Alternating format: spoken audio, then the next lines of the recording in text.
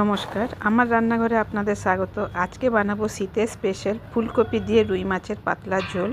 এখানে আমি মাছে নুন হলুদ মেখে নিয়েছিলাম, কড়াই বসিয়ে দিয়েছি, তেল গরম হয়ে গেছে। একে একে মাছগুলি দিয়ে লাল করে ভালো মতন উল্টে পাল্টে ভেজে নেব। মাছগুলি ভাজা হয়ে গেলে তুলে রাখবো।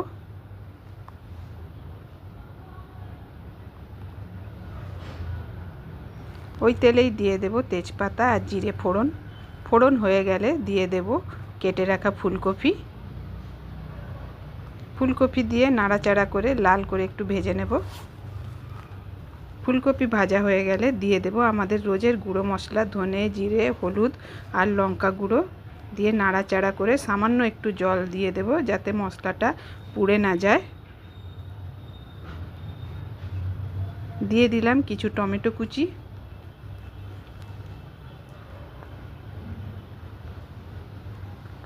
দিলাম সামান্য নুন, দিয়ে নাড়াচাড়া করে মশলাটি ভালো মতো কষিয়ে নেব।